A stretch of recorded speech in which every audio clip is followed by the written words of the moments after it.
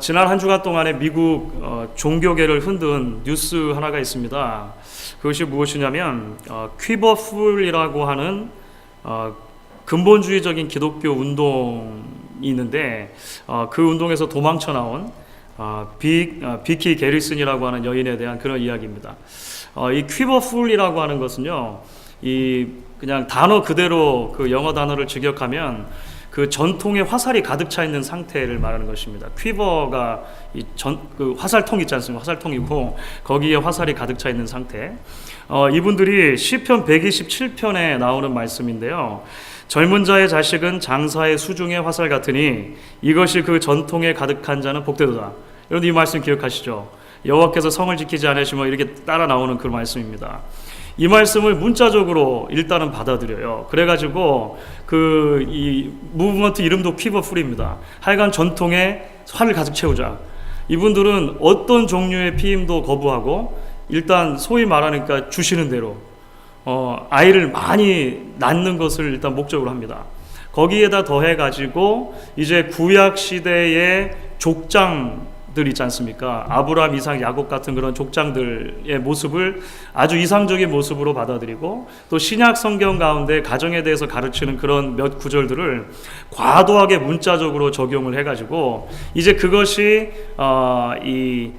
하나님께서 우리에게 원하시는 가정의 모습이다. 이렇게 조금 너무 극단적으로 이제 이해를 하는 것입니다. 그래서 예를 들어서 남편이자 아버지는 절대적인 권위를 가지고 가정의 모든 일들에 대해서 주장하고 말하면 하여간 무조건 다 순종해야 되고, 아내나 아이들은 그 아버지의 말씀에 순종하면서 예를 들어서 아내는 밖에 나가지 말고 항상 집에 있어야 되고 뭐 이런 거 있지 않습니까? 이렇게 얘기하고 자녀들도 세상의 이 공공기관 학교에 보내지 않고 반드시 집에서 홈스쿨링을 하고, 하여간 이런 말씀을 아주 과격하게 적용한 거죠. 과도하게 적용해서 그런 일들을 이루었습니다. 이게 비키 게리슨이라고 하는 여인은요, 지난 16년 동안 이런 그 퀴버풀 운동의 대표라고 할 수 있는 그 더갈 가족에서 아내이자 어머니로 살았던 거예요. 16년 동안 그 남편과의 사이에서 7명의 자녀를 낳고 그렇게 사는 것이, 그러니까 그 기준대로 사는 것이 정말로 말씀대로 사는 것이다 생각하면서 그렇게 이제 살아왔다라고 하는 것이죠. 그런데 어느 날 자기 마음속에 깊은 곳에 전혀 기쁨이 없다고 하는 사실을 발견한 거예요. 그러다 보니까 과연 이렇게 사는 것이 맞는 것인가? 이렇게 사는 것이 정말 의미 있는 삶인가? 이런 질문이 던져지기 시작한 것이죠. 그러다가 이제 남편의 숨막히는 통제, 그리고 그런 가정의 규율 속에서 자신의 영혼이 막 죽어가고 있는 듯한 그런 느낌을 받게 되었고, 급기야 도망쳐 나왔습니다. 그 집에서 도망쳐가지고 이제 보호센터로 들어가고 이 여인에 대한 이야기가 자꾸 퍼져나가고 이렇게 됐습니다. 그 운동의 아주 문제점, 자신의 삶이 그동안 얼마나 비참했었는가, 이런 것들을 이제 이야기하고 다니는 그런 사람이 됐어요. 그래서 지난주간에는 그 유타주의 그 솔트레이크 시리에서 이 미국 전국의 그러니까 그 무신론자들이죠. 나의 삶이 얼마나 망쳐졌는가, 이런 얘기를 나누고 다녔다라고 하는 것입니다. 여러분, 물론 이 퀴버풀 운동을 단순하게 완전히 전혀 비성경적인 운동이다 이렇게 말하기는 좀 힘든 부분이 있죠. 그렇죠? 왜냐하면 성경에 그런 말씀이 실제로 나오기 때문에 그렇습니다. 더군다나 이런 운동을 이단이라고 하기도 좀 힘들어요. 그렇죠? 그러니까 이단은 아니죠. 하나님의 말씀 좀 극단적으로 적용했을 뿐입니다. 분명한 것은 무엇이냐면, 그럼에도 불구하고 이런 운동의 문제점이 무엇인가? 그러니까 성경 말씀의 전체를 보지 못하는 거죠. 성경이 전체적으로 우리에게 무엇을 가르치는가, 구약부터 신약까지 그런 일관된 그 신학을 가지고 이야기를 하지 못한다라고 하는 것입니다. 그 가운데 몇 구절을 뽑아가지고 문자적으로 과도하게 적용을 했을 때 이런 문제점들이 생기는 것을 보게 되는 것이죠. 내가 믿고 싶은 대로 사실 믿는 것입니다. 내가 보고 싶은 것만 말씀 가운데 보게 되는 것이죠. 그리고 그런 관점으로 내가 성경을 재단하게 될 때 자신뿐만 아니라 다른 사람들의 신앙과 삶의 건강에 있어서 굉장히 큰 영향을 미치게 된다는 것을 우리가 이런 이야기들을 통해 발견하게 되는 것 같습니다. 여러분, 오늘 우리가 함께 읽은 말씀이요, 예수님의 산상수훈 가운데 율법에 대한 가르침입니다. 그렇죠. 이스라엘 백성들에게 굉장히 중요하게 생각되는 것이 율법이었는데, 과연 이 율법을 우리가 어떻게 바라보아야 되는가, 예수님께서 가르쳐 주시는 대목이라고 하는 것입니다. 여러분들, 그런데요, 우리가 기독교 역사를 쭉 살펴보시게 되면요, 기독교 역사 속에서 이 율법이라고 하는 주제만큼 여러모로 오해를 받았던 주제도 없는 것 같습니다. 무슨 말입니까? 그리스도인들에게 있어서 율법은 도대체 어떤 의미를 가지는가, 그리스도인들과 율법은 어떤 관계라고 우리가 이해를 해야 되는가, 이 부분과 관련돼서 기독교 역사 속에서 많은 의논들이 있었고 많은 오해들이 있었다라고 하는 것을 우리가 보게 되는 겁니다. 역사적으로 볼 때 그렇게 그리스도인들과 율법의 관계를 크게 오해한 두 가지 극단적인 견해를 생각할 수 있죠. 하나는 무엇이냐면 율법주의라고 흔히 이야기할 수 있는 것입니다. 율법주의. 그게 무슨 말이냐면 신약의 백성들에게도 구약의 율법이 그대로 적용이 되어야 된다, 이렇게 보는 견해이죠. 예수를 믿은 이후에도 하여간 이 율법을 그 문자 그대로 지켜야 천국 백성의 삶을 유지할 수 있다라고, 그러니까 천국 백성의 그 신분을 유지할 수 있다라고 이렇게 보는 것입니다. 심지어는 구약의 레위 같은 데 나오는 그런 그 먹는 것과 관련된 규례 있지 않습니까? 이것은 좀 완전히 극단적인 경우인데요. 그것을 자꾸 지금 우리에게 적용하려고 하는 것입니다. 그러다 보면 이제 못 먹는 게 많아지죠. 삼겹살도 못 먹고, 장어, 뱀장어도 못 먹고, 율법은 그걸 못 먹게 하거든요. 근데 그렇게 이제 과도하게 적용하는 경우를 우리가 율법주의라고 하는 것입니다. 또 하나는 그것과 정반대 경우라고 할 수 있겠죠. 율법 폐기론이라고 할 수 있습니다. 그러니까 신약의 백성들, 그리스도인들에게는 은혜만 필요하다라고 하는 것입니다. 오직 은혜만 필요하지, 성경에 나오는 율법은 이제 더 이상 우리를 구속하지 못하고 아무런 의미가 없으므로 이제 폐기되어야 된다, 이렇게 보는 견해가 있다라고 하는 것이죠. 물론 이제 이런 두 극단 사이에 여러 다른 조금씩 의견들이, 그런 다른 의견들이 존재할 수는 있습니다만, 공통적인 것이 무엇이냐면 하나님의 말씀을 전체로 보지 못하고 내가 읽고 싶은 대로, 내가 믿고 싶은 대로, 내가 보고 싶은 대로 보고 그 기준에 의해서 하나님의 말씀을 재단하는 데 문제가 있다라고 하는 것입니다. 여러분들, 그런 의미에서 볼 때 우리가 오늘 말씀 가운데 주시는 예수님의 가르침에 귀를 기울이는 것이 중요하다, 이렇게 생각이 되어집니다. 왜냐하면 이 말씀 가운데 우리는 율법과 관련된 예수님의 분명한 태도를 보게 됩니다. 그러니까 예수님께서 율법을 어떻게 바라보시는가, 자신과 율법과의 관계를 어떻게 정의하고 계시는가, 이런 이야기들을 오늘 말씀을 통해 발견하게 되는 것이죠. 그리고 결국 예수님께서 율법을 향해 보여주신 이 태도를 통해서 오늘 이 말씀의 제목과 같이 천국 백성들에게 율법이란 과연 무엇인가 라고 하는 이런 주제에 대해서도 우리가 성경적인 대답을 듣게 될 수 있다고 하는 것입니다. 사실 오늘 말씀이 조금 딱딱할 수 있고 조금 어려울 수 있겠습니다만, 이제 우리가 앞으로 살펴보게 되는 산상수훈의 여러 가지 예수님의 그 율법과 관련된 해석들이 있거든요. 이러한 모든 것들을 이해하기 위해서 아주 중요한 첫 걸음이 된다는 것을 기억하시고 함께 말씀을 계속해서 들으실 수 있으면 좋겠습니다. 특별히 율법에 대한 예수님의 말씀을 오늘 우리가 잘 이해하려면 먼저 이 말씀이 주어진 맥락을 좀 생각해 볼 필요가 있는 것 같습니다. 율법에 대한 말씀 바로 이전이죠. 그러니까 우리가 지지난주 2주 전 수요일 날 살펴보았던 말씀입니다. 오늘 율법을 말씀하시기 바로 이전에 예수님이 주셨던 말씀이 무엇입니까? 그리스도인으로 이 땅을 사는다는 것은 도대체 뭘 의미하는가? 이것을 아주 간결하게 요약해서 말씀하셨죠. 그것은 세상 가운데 소금과 빛으로 사는 것이다, 이렇게 요약을 해주셨습니다. 천국 백성으로 산다는 게 도대체 무엇을 의미하는가? 하나님의 말씀으로 살아간다는 것이 도대체 무엇을 의미하는가? 그것은 세상 가운데 소금이 되어지고 빛이 되는 것이다. 이 두 가지로 예수님이 이야기를 하시는 거죠. 그런데요, 그 소금과 빛에 대한 말씀을 마무리하면서 제일 마지막 절입니다. 그러니까 오늘 우리가 함께 읽은 본문의 바로 전절이 되죠. 16절 말씀은 이렇게 이야기를 하고 있습니다. 오늘 5장 16절 말씀, 여러분 성경에 있으시니까 같이 한번 읽어보도록 하겠습니다. 이같이 너희 빛을 사람 앞에 비추게 하여 저희로 너희 착한 행실을 보고 하늘에 계신 너희 아버지께 영광을 돌리게 하라. 이게 무슨 말일까요? 결국 이 땅에서 소금과 빛이 되라고 하신 것, 소금과 빛으로 살아간다고 하는 것은 무슨 의미가 있습니까?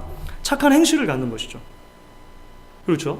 착한 행실이라고 하는 삶의 열매를 맺음으로 그 착한 행실이라고 하는 삶의 열매를 주위 사람들이 보고 살아계신 하나님께 영광을 돌리도록 하는 것, 그것이 하나님께서 하나님의 백성들에게 기대하시는 거라고 하는 것입니다. 그러면 우리는 이제 아주 자연스럽게 다음 질문을 던지게 되는 거죠. 너희가 세상 가운데 빛을 비추고 그 착한 행실을 가지고 하나님께 영광을 돌리게 하라, 이렇게 말씀하셨으니까 우리가 다음에 바로 던져야 되는 질문은 무엇입니까? 착한 행실이 뭐냐고 하는 거죠. 그렇죠? 도대체 착한 행실, 빛을 비추며 산다는 것은 구체적으로 무엇을 의미하는가? 우리는 자연스럽게 그런 질문을 던질 수 있을 것입니다. 그 질문에 대한 답을 예수님께서 사실 실제로 해주세요. 그 질문에 대한 아주 구체적인 답들이 어디에 나옵니까? 사실은 21절부터 이제 나오는 거죠. 21절부터 이어지는 예수님의 설명 가운데서 예수님께서는 살인과 미움에 대해서 이야기하시고요, 음욕과 간음에 대해서 이야기하시고요, 또 참 사랑은 무엇인가 이야기하십니다. 원수를 사랑하는 것은 어떤 것인가 이야기하시고요, 그 다음에 나아가서는 참된 경건, 구제와 기도와 금식 같은 참된 경건은 무엇을 의미하는가, 이런 이야기들을 해주시는 거예요. 그리고 이런 모든 이야기들 가운데서 이제 예수님께서는 이렇게 사는 것이 바로 착한 행실을 가지고 빛을 비추며 사는 것이다, 이야기를 해주고 있다는 것입니다. 그러니까 우리는 이렇게 이해를 할 수 있는 것입니다. 그리스도인으로 산다는 것은 무엇인가? 소금과 빛으로 사는 것입니다. 소금과 빛으로 산다는 것은 무엇인가? 착한 행실을 맺으며 살아가는 것입니다. 열매를 맺으며 사는 것입니다. 그 열매는 어디서 나타나는가? 21절 이하에 나오는 이 말씀 속에서 우리가 발견할 수 있다는 것이죠. 그러니까 지금 제가 설명해 드린 대로 이제 우리가 쭉 그 논리를 이어가다 보면은요, 한 가지 이상한 점을 발견하셔야 되는 거예요. 그게 무엇입니까? 17절 말씀에서요, 18절과 20절을 떼내고, 16절 말씀이죠. 17절부터 20절까지 말씀을 떼내고 16절에서 21절로 바로 연결을 해도 아무런 문제가 없다는 것입니다. 그렇죠? 너희의 착한 행실을 보고 하나님께 영광을 돌리게 하라. 그 착한 행실의 정체가 무엇인가? 바로 살인치 말라 하고 말을 들었으나 그것은 미움과 관련된 문제다. 이런 식으로 쭉 연결을 해가도 별로 문제가 없다라고 하는 겁니다. 그런데 오늘 우리가 함께 읽은 말씀 가운데 어떤 일이 일어납니까? 16절과 21절 그 사이에 율법에 대한 문제가 들어있는 거예요. 율법에 대한 문제. 그렇죠? 그러니까 여러분들 그 쭉 읽어보시면 굉장히 엉뚱한 것 같은 생각을 받게 되기도 하십니다. 소금과 빛에 대해 이야기하시다가 갑작스럽게 주제가 바뀌는 것처럼 생각이 들어요. 17절 말씀에 내가 율법이나 선지자나 폐하러 온 줄로 생각하지 말라. 이게 갑자기 왜 이런 말씀을 하시지? 이런 생각이 들 정도로 그 예수님의 그 흐름을, 예수님께서 말씀하시는 그 흐름을 우리가 자칫하면 놓칠 수 있다라고 하는 것입니다. 여러분, 왜 예수님께서 이 부분에서 굳이 율법에 대한 말씀을 하시는 것일까요? 소금과 빛이 되라라고 하는 그 말씀을 다음에 곧바로 그것의 구체적인 예를 들지 않으시고 율법을 우리가 어떻게 이해하느냐라고 하는 그 어려운 주제에 대해서 예수님께서 굳이 가지고 오셔서 이야기를 하느냐라고 하는 것입니다. 그것은 하나님께서 원하시는 바른 삶의 열매를 맺는 데 있어서요, 율법에 대한 이해가 굉장히 중요하기 때문에 그렇습니다. 우리가 율법을 어떻게 바라보는가, 그리고 그 율법을 어떻게 이해하고 붙드는가 하는 것이 실제로 하나님께서 원하시는 소금과 빛의 삶을 사는 것과 뗄래야 뗄 수 없는 관계에 있다라고 하는 것이죠. 이것은 반면에 이런 이야기로 우리가 바꿔서 말할 수도 있습니다. 예수님 당시에도요, 율법에 대한 오해가 많았다는 것입니다. 그렇죠? 예수님 당시에도 율법을 잘못 이해하고 가르치는 그런 무리들이 많았다라고 하는 거예요. 대표적인 사람들이 바리새인과 서기관들이 되는 것입니다. 바리새인과 서기관들은 오랜 기간 동안 자신들의 전통을 가지고 율법을 해석하고 그 율법을 지키며 적용하려고 했었습니다. 자기들만 그렇게 한 것이 아니고 주위 사람들에게도 그렇게 가르쳤다라고 하는 거예요. 그런데 그 안에 문제가 있었다라고 하는 것입니다. 동시에 율법을 밤낮 연구하고 또 율법을 잘 지키려고 했던 바리새인과 서기관들의 입장에서 볼 때요, 예수님의 삶과 가르침이 좀 문제가 있는 것처럼 보였습니다. 그렇죠. 왜냐하면 예수님의 삶과 가르침을 보니까 한편으로는 율법에 너무 관심이 없는 것처럼 그렇게 보이기도 하다가, 또 한편으로는 의도적으로 하나님의 율법을 파괴하고 무너뜨리려고 하는 모습도 볼 수 있었기 때문이라고 하는 거예요. 예수님께서 사역하시는 내내 종교 지도자들과 이런 종류의 갈등을 계속 겪는 것을 우리가 보게 되는 것이죠. 그러니까 이런 큰 맥락을 가지고, 이런 큰 문맥 속에서 예수님께서 지금 이제 율법에 대해서 이야기하려고 하시는 17절부터 20절까지 이야기가 우리에게 이제 주어졌다고 하는 사실을 기억해 보아야 한다라고 하는 것입니다. 자, 그렇다면 이제 이런 관점으로 볼 때 17절부터 20절까지 율법과 관련된 예수님의 가르침은요, 크게 이 부분으로 나눌 수가 있습니다. 첫 번째 부분은 예수님께서 이 자신의 율법에 대한 자세를 설명해 주시는 것입니다. 내가 도대체 왜 왔는가, 율법과 나는 무슨 관계가 있는가 라고 하는 것을 17절과 18절에서 예수님께서 설명해 주시죠. 그럴 뿐만 아니라 이제 조금 더 나아가시면은요, 19절과 20절 말씀에서 예수님께서는 당시 바리새인들과 서기관들의 율법에 대한 이해가 얼마나 문제가 있었는가, 그게 왜 문제가 되는가, 이런 이야기로 이제 연결해서 율법의 문제를 이제 설명하시는 것을 볼 수가 있습니다. 그래서 우리가 이 두 가지를 따라서 조금 더 예수님의 가르침, 오늘 본문의 말씀을 같이 묵상해 볼 수 있으면 좋겠다라고 하는 것입니다. 첫 번째 17절과 18절 말씀에서 예수님께서 뭐라고 말씀을 하시냐면요, 예수님이 오신 것은 율법을 폐하러 오신 것이 아니라 오히려 온전케 하려고 오셨다고 하는 점에 대해서 분명히 이야기를 해주시는 것을 우리가 보게 됩니다. 여러분 17절 18절 말씀인데요, 우리 같이 한번 이번에는 읽어보시면 좋겠습니다. 오늘 본문의 17절과 18절 말씀을 같이 한번 읽겠습니다. 내가 율법이나 선지자나 폐하러 온 줄로 생각지 말라. 폐하러 온 것이 아니요 완전케 함이로라. 진실로 너에게 이르노니 천지가 없어지기 전에는 율법의 1.1획이라도 반드시 없어지지 아니하고 다 이루리라. 그러니까 율법을 비롯해서 구약 전체가 아무런 의미가 없다라고 주장하는 것은 예수님께서 오신 의도와 목적이 아니라고 하는 것입니다. 그렇죠? 자, 우리가 이 말씀을 잘 이해하려면 여기서 한 단어에 좀 주목해 볼 필요가 있는 것 같습니다. 그 단어가 무엇이냐면 온전케 하다라고 하는 단어입니다. 온전케 하다. 여러분, 온전케 하다, 완전케 하다라고 했을 때 우리 마음속에 얼른 뜨는 생각은 어떤 것입니까? 완전하게 할 만큼 무엇인가가 좀 부족해야 되는 거죠. 그렇죠. 무엇인가 좀 부족해서 거기다 내가 뭘 더해서 완성한다, 이런 의미로 사실 받아들일 수 있지 않습니까?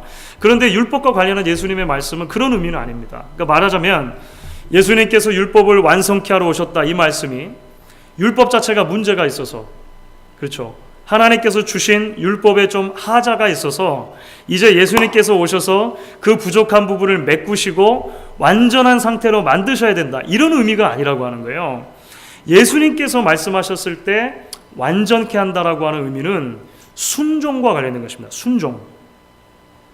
율법의 모든 항목들, 구약 성경에서 말하는 모든 가르침들을 내가 온전히 순종하기 위해 왔다, 이렇게 이해를 하는 것이 훨씬 적합한 해석이라고 하는 것입니다.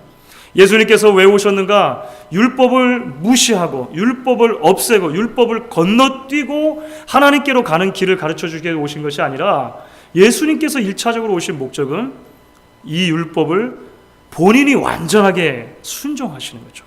이 말씀을 다 지키기 위해서 오셨다는 것입니다.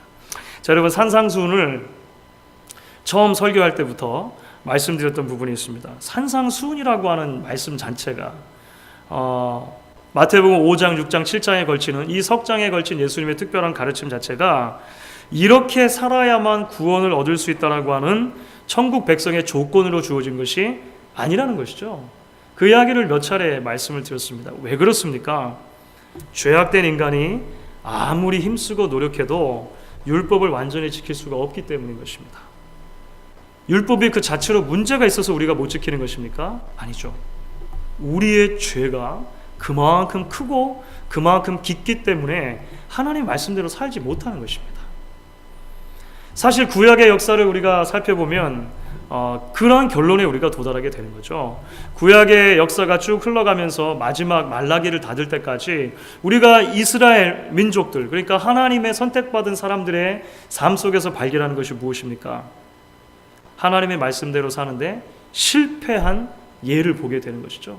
왜 그렇습니까? 하나님의 말씀에 문제가 있어서가 아니라, 하자가 있어서가 아니라 그들 자체에 문제가 있는 것이죠. 그들이 가지고 있는 그 뿌리 깊은 죄성에 의해서 하나님의 말씀대로 살아가지 못하는 모습이라고 하는 것입니다. 우리도 마찬가지 아닙니까? 그렇죠.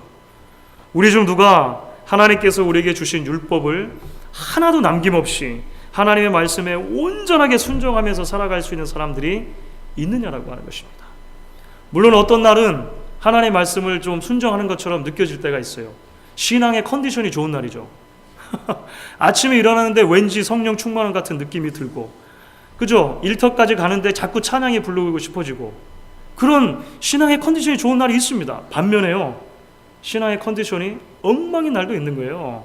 아침에 일어나면서 눈을 뜨면서부터 자꾸 염려와 걱정과 근심이 나의 마음을 찾아오는 날이 분명히 있습니다. 그렇죠? 아주 자그마한 것부터 걸리적거리고 내 마음속에 미움과 분노가 자꾸 일어나는 그런 때가 오기도 한다는 것입니다. 우리는 하나님의 말씀을 100% 온전하게 지키기 어려운 사람들, 불가능한 사람들이라고 하는 것이죠. 그것이 우리의 현실인 것입니다. 성경을 읽으면 읽을수록, 말씀을 더 깊이 알면 알게 될수록 우리가 깨닫는 것이 무엇입니까? 말씀의 거울이 깨끗하게 점점 닦여져 가니까요, 점점 더 우리의 때 묻은 모습이 보이게 되는 거죠. 그렇죠? 우리가 말씀을 통해 깨닫는 것이 그것입니다. 그래서 복음이 은혜라고 하는 것입니다. 복음은 반드시 은혜의 선포라고 하는 것입니다. 왜냐하면 복음은 온전한 이스라엘이자 온전한 인간으로 오신 예수님에 대한 이야기이기 때문에 그렇다고 하는 것이죠. 예수님께서 오셔서 하신 일이 무엇이라고요? 예수님께서 오셔서 하신 일이 1차적으로 우리가 이룰 수 없었던, 우리가 지킬 수 없었던, 우리가 다 해낼 수 없었던 율법에 대한 순종을 이루셨다는 것입니다. 그렇죠. 우리가 그렇게 살 수 없었던 하나님을 향한 온전한 의로운 삶을 예수님께서 사신 거예요. 왜 그렇게 사셨습니까? 단지 우리에게 모범을 보이시기 위해서 그러셨습니까? 그게 아니에요. 단지 예수님께서는 하나님의 말씀에 온전히 100% 순종하는 사람의 모습을 보여주심으로 우리의 도덕 선생이 되기 위해서 그렇게 하신 것이 아닙니다. 성경의 가르침은요, 예수님께서 왜 율법을 1.1획도 남김없이 온전히 이루시고 순종하는 삶을 사셨는가? 죄인인 우리를 위해서 흠 없고 점 없는 제물이 되시기 위해서 그랬겠다, 이렇게 설명하는 겁니다. 우리의 죄 문제를 해결할 방법은 누군가가 우리의 모든 죄를 짊어지고 이 죄 문제를 근원부터 해결해 주시지 않으면 방법이 없다라고 성경이 말하는 거예요. 그런데 어떻게 그것이 가능합니까? 온전한 제물이 필요하죠. 구약의 그 수많은 양들이 죽어가면서 우리에게 보여주었던 그림 있지 않습니까? 온전한 제물이 와야 된다. 온전한 제물이 와야 된다. 아무도 이룰 수 없었던 것을 예수님께서 그렇게 오신 것이죠. 그래서 하나님의 율법에 온전히 순종하심으로 우리를 위한 흠없고 점없는 제물이 되어 주셨다라고 하는 것입니다. 그 제물이 되어 주심으로 예수님께서 오늘 우리에게 이렇게 말씀하시는 것이죠. 내가 율법이나 선지자나 폐하러 온 것이 아니다, 완전케 하러 왔다 말씀하시는 것입니다. 저와 여러분을 대신해서 하나님의 율법에 온전히 순종하시고 십자가를 지신 승리자이신 예수님께서만 하실 수 있는 그런 놀라운 승리의 선언이 바로 이 말씀이라고 하는 것입니다. 이제 예수님께서는요, 이러한 본인의 그 율법에 대한 태도를 말씀하신 다음에 좀 더 나아가시죠. 좀 더 나아가서 당시의 잘못된 율법에 대한 이해를 이제 말씀하시면서 꾸짖으세요. 그러니까 서기관들과 바리새인들의 잘못된 가르침에 대해서 이제 경계를 해 주시는 것입니다. 그 말씀이 19절과 20절 말씀에 나와요. 우리 19절, 20절 말씀도 우리 같이 한번 한 목소리로 읽어보시면 좋겠는데요. 우리 좀 길지만 우리 같이 한번 19절, 20절 한번 읽어보도록 하겠습니다. 그러므로 누구든지 이 계명 중에 지극히 작은 것 하나라도 버리고 또 그같이 사람을 가르치는 자는 천국에서 지극히 작다 일컬음을 받을 것이요 누구든지 이를 행하며 가르치는 자는 천국에서 크다 일컬음을 받으리라. 내가 너희에게 이르노니 너희 의가 서기관과 바리새인보다 더 낫지 못하면 결단코 천국에 들어가지 못하리라. 사실 여기서 예수님께서요 기독교 역사 속에서 사실은 그 율법과 관련해서 크게 오해가 두 가지가 있었다고 말씀드렸잖아요. 이 두 가지를 다 예수님께서 비판하시고 다 이 교정해 주시는 그런 말씀이라고 우리가 이해할 수 있습니다. 먼저 예수님께서 말씀하시는 건요, 율법 폐기론 잘못됐다는 것입니다. 더 이상 하나님의 백성들, 천국 백성들에게는 율법이 전혀 소용이 없습니다. 예수님은 그렇게 말씀하시지 않는다라고 하는 거예요. 오늘 예수님의 말씀은 무엇입니까? 예수님께서 오신 목적은요, 천국 백성들에게 율법을 더 이상 무효한 것이다라고 선포하기 위해서 오신 것이 아니고 그 율법을 더 잘 지키도록 하기 위해서 오셨다라고 하는 거죠. 그렇죠? 오늘 말씀을 보면 분명히 그렇게 이야기가 되어집니다. 율법에 오히려 1.1획이라도 어떤 것은 크고 어떤 것은 작다라고 가르치면 그것 자체로 문제가 있다는 것이죠. 하지만 이 율법을 잘 지키면 천국에서도 크다 일컬음을 받는다. 이렇게 계속 예수님께서 말씀하시는 것입니다. 물론 이 말씀은 더 이상 율법을 지키는 것이 구원의 조건으로 주어졌다 이렇게 말씀하는 건 아닙니다. 그렇죠? 이것은 이미 넘어서신 거예요. 하지만 우리가 예수 안에서 주시는 복음을 깨닫게 될 때 우리는 하나님의 사랑에 감격하게 된다고 하는 것입니다. 그렇게 하나님의 사랑에 감격하게 될 때 우리가 어떤 관점으로 이제 율법을 바라보게 됩니까? 율법의 문자를 넘어서서 그 율법 안에 담겨져 있는 하나님의 마음을 보게 된다는 거예요. 하나님의 정신을 보게 된다라고 하는 것입니다. 그래서 율법 안에 담겨져 있는 하나님의 마음과 그 정신을 바라보고 받은 사랑과 은혜에 감사하면서 그 하나님의 마음에 합당하게 살려고 하는 삶의 자세가 우리 안에 생겨나게 된다라고 하는 거예요. 영혼의 우리 안에 하나님을 향해 좀 살고 싶은 열정, 하나님이 기뻐하시는 삶을 살고 싶은 열정들이 자꾸 생겨난다라고 하는 것입니다.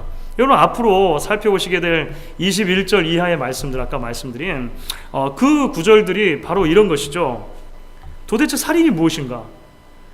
문자적으로 하면 사람의 생명을 빼앗는 것만이 살인이라고 할 수 있지만 사실 살인하지 말라라고 하신 예수님의 그 구약의 계명 속에는 하나님의 마음이 담겨 있다는 것이죠. 그 하나님의 마음이 무엇입니까? 사람의 생명을 고귀하게 여기고 그 생명이라고 하는 것은 나 자신과 남의 생명을 다 포함하는 것이라고 하는 것입니다. 그러므로 이것을 끝까지 적용하다 보면 미움의 문제를 거론하지 않을 수 없다는 것이죠. 간음도 마찬가지고요. 참 경건도 마찬가지입니다. 그저 문자적으로 일주일에 몇 번을 금식하고 일주일에 몇 번을 예배 참석하고 일주일에 얼마를 헌금하는 것만으로 신앙을 가늠할 수 없다라고 하는 것입니다. 율법에 말씀하신 그 하나님의 마음을 발견하고 그 하나님의 마음에 부합한 삶을 살려고 하는 것, 그것이 진정한 율법을 지키는 자세가 된다. 예수님께서는 그렇게 이야기하시는 것이죠. 그러한 순종, 그러한 감사의 삶으로 저와 여러분을 예수님께서 오늘 이 말씀 가운데 초대해 주고 계시다라고 하는 것입니다. 여러분, 그렇기 때문에요, 오늘 예수님의 가르침은 동전의 양면을 가지고 있는 거예요. 율법주의도 철저하게 배격하는 말씀이라고 하는 것입니다. 이게 이제 바리새인과 서기관들의 문제가 되는 거죠. 여러분들, 바리새인과 서기관들의 문제가 무엇이었습니까? 처음에는 율법을 잘 지키려고 하는 의도로 출발한 것입니다. 성전이 더 이상 제 기능을 발휘하지 못할 때 하나님의 말씀을 어떻게 하면 더 연구할 수 있을 것인가, 어떻게 하나님의 말씀을 우리 삶에 잘 적용할 것인가, 이때로부터 이제 그 바리새주의나 아니면 이런 서기관들이 이제 생겨나기 시작했다라고 대개 그렇게 생각을 합니다. 그러니까 이게 거슬러 올라가면 그 포로기까지 거슬러 올라간다고 이제 학자들은 생각을 해요. 하나님의 말씀을 잘 지키기 위해서 시작을 한 것입니다. 그런데 그렇게 하나님의 말씀을 잘 지키기 위해서 생각하고 시작했던 그런 그 율법에 대한 해석과 이해들이요, 시간이 흐르면서 어떻게 되었습니까? 외식과 율법주의로 빠지게 됐다라고 하는 것입니다. 율법의 문자적인 것을 너무 과도하게 생각한 거예요. 그래서 어떻게 하면 율법을 문자적으로 잘 지킬 수 있을 것인가? 나중에 이제 바리새인들은 울타리 율법을 만들게 되는 거죠. 안식일을 거룩하게 지키라. 도대체 어떻게 안식일을 거룩하게 지킬 것인가? 자꾸 문자적인 것만 생각하다 보니까 안식일의 일이 무엇이고 일이 아닌 것이 무엇인가?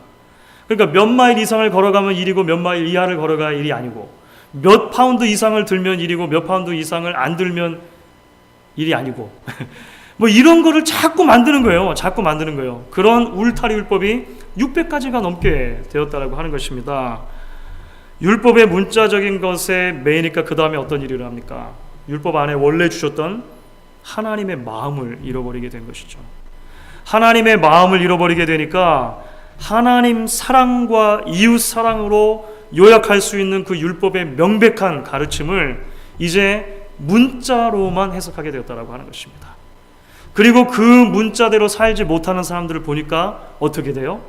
비판하는 거죠. 판단하게 되는 것입니다. 자꾸 비교하면서 내가 더 의롭고 저 사람들은 의롭지 않다라고 하는 이런 개념으로 자꾸 나타나게 돼서 분리주의적인 그런 모습을 낳게 되었다라고 하는 것이죠. 여러분들, 여기에서 바리새인과 서기관의 의라고 하는 개념이 나타나는 것입니다. 바리새인과 서기관의 의. 여러분, 바리새인과 서기관들이 추구했던 의는 무엇입니까? 예수님의 관점으로 보면은요, 그것은 껍데기만의 의였다라고 하는 것입니다. 율법의 정신을 잃어버리고 율법 안에 나타난 하나님의 마음을 놓쳐버리고 문자에만 매달렸던 껍데기만의 의, 그것이 실은 바리새인들과 서기관들이 추구했던 의라고 하는 것이죠. 그래서 예수님께서 오늘 뭐라고 말씀하십니까? 너희 의가 바리새인과 서기관과 바리새인보다 더 낫지 못하면 결단코 천국에 들어가지 못한다, 이런 말씀을 주신 거예요. 무슨 말씀입니까? 우리가 바리새인과 서기관보다 더 훌륭하게 살라고 말씀하신 게 아니에요. 그렇게 살아야 우리에게 천국이 약속된다, 이렇게 말씀하면 이거 다 뒤집는 거잖아요. 그렇죠? 그런 말씀이 아니고요. 바리새인과 서기관들이 추구했던 의의 방법으로는 하나님 나라의 백성이 결코 될 수 없다는 것입니다. 그들이 추구했던 껍데기의 의만을 가지고는 하나님의 마음을 발견할 수 없다라고 이야기하신 것이죠. 결국 이것은 거꾸로 뒤집을 수 있습니다. 예수님께서 주시는 의를 경험하지 않고서 우리는 천국 백성이 될 수 없다는 것이죠. 바리새인과 서기관들의 의가 아닌 예수님이 주시는 의, 그 의는 무엇입니까? 아까 설명드린 것입니다. 본인이 스스로 순종하셨고 흠없고 점없는 제물이 되셔서 십자가에 달려 돌아가심으로 그것을 믿는 자에게 거저 나눠주시는 하나님의 의가 바로 예수 그리스도의 의라고 하는 것이죠. 그것이 아니고는 천국 백성이 될 수 없다. 예수님께서 이렇게 오늘 우리에게 이야기를 해주시는 것입니다. 좀 복잡합니다만 사실 단순한 진리입니다. 단순한 진리인 거예요. 바리새인과 서기관들의 방법이 아니라 복음의 방법, 예수의 방법으로 우리가 하나님 나라의 백성이 되는 것이고, 그렇게 하나님 나라의 백성이 되었을 때 참된 율법의 정신을 알고 하나님의 마음에 합한 삶을 살아가는 것이다. 그것이 소금과 빛으로 살아가는 것이다. 예수님께서는 오늘 우리에게 이렇게 말씀하시는 것입니다. 사랑하는 여러분, 오늘 말씀을 통해 우리가 다시 한번 복음의 진수를 만나게 되는 것입니다. 복음은 전적인 부패와 타락 가운데 하나님의 뜻대로 살 수 없었던 저와 여러분을요, 십자가로 데려가는 것이죠. 우리는 그 십자가에서 우리를 위해 모든 율법을 순종하시고 하나님의 의를 이루셨지만 또 동시에 우리를 위해서 율법의 모든 저주를 자신의 몸에 짊어지신 하나님의 아들을 발견하는 것입니다. 그 하나님의 은혜로 그 아들의 죽으심 안에서 저와 여러분을 구원하기로 하셨다는 것이 바로 은혜의 복음의 선포라고 하는 것이죠. 그렇기 때문에 또한 이제 이 복음이 저와 여러분을 하나님을 향한 사랑의 반응이라고 하는 순종의 자리로도 초대한다는 것을 오늘 말씀을 통해 우리가 보게 됩니다. 내 마음대로 생각하고 내 마음대로 믿고 내 마음대로 살아가는 것이 아니라 하나님 마음대로 생각하고 믿고 살아가는 삶으로 오늘 말씀이 초대하는 것이죠. 그야말로 하나님의 마음에 합한 사람, 이 삶의 비전을 오늘 말씀이 우리에게 전해주고 있다라고 하는 것입니다. 이제 오늘 말씀이 부르는 이 도전 앞에서 아멘으로 화답하면서 함께 결단하고 나아갈 수 있는 저와 여러분 되실 수 있기를 주의 이름으로 간절히 축원하겠습니다.